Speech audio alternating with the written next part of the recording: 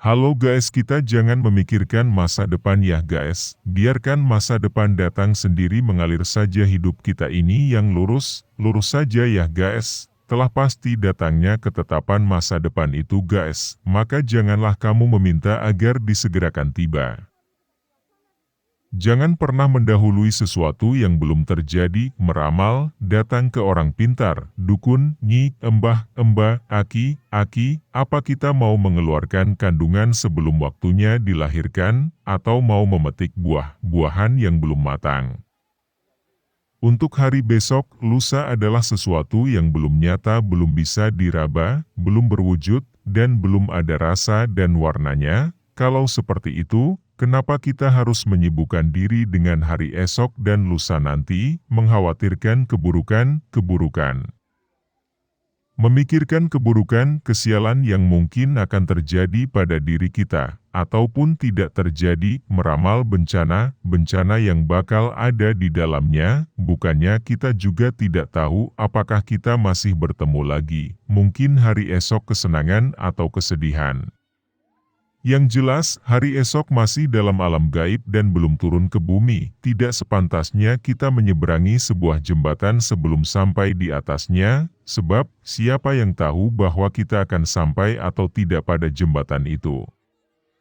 Bisa jadi kita akan berhenti di jalan sebelum sampai ke jembatan itu, atau mungkin pula jembatan itu hanyut terbawa arus terlebih dahulu sebelum kita sampai di atasnya, dan bisa jadi pula kita akan sampai pada jembatan itu dan kemudian menyeberanginya.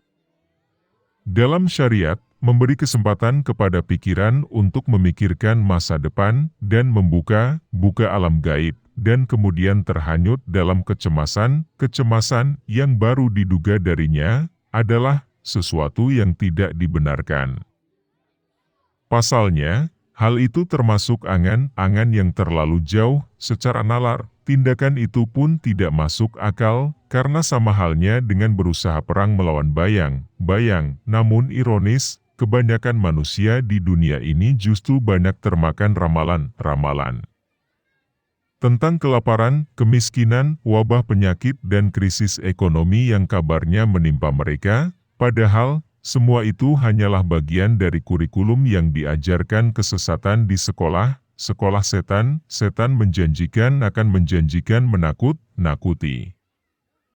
Setan menakuti manusia dari kemiskinan dan menyuruh manusia berbuat kejahatan, kikir, sedangkan Tuhan menjanjikan untuk manusia ampunan dan karunia-Nya. Mereka yang menangis sedih, menatap masa depan adalah yang menyangka diri mereka akan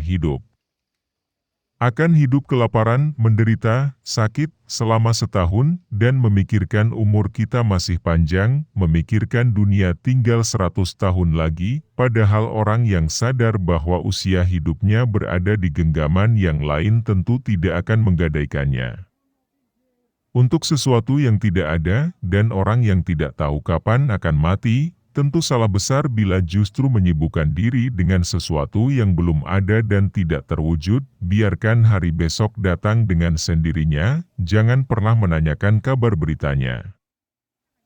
Dan jangan pula pernah menanti serangan petakannya, sebab hari ini kita sudah sibuk. Jika kita heran, maka mengherankan lagi orang yang berani menebus kesedihan suatu masa yang belum tentu terjadi. Oleh karena itu hindarilah angan-angan YNG berlebih.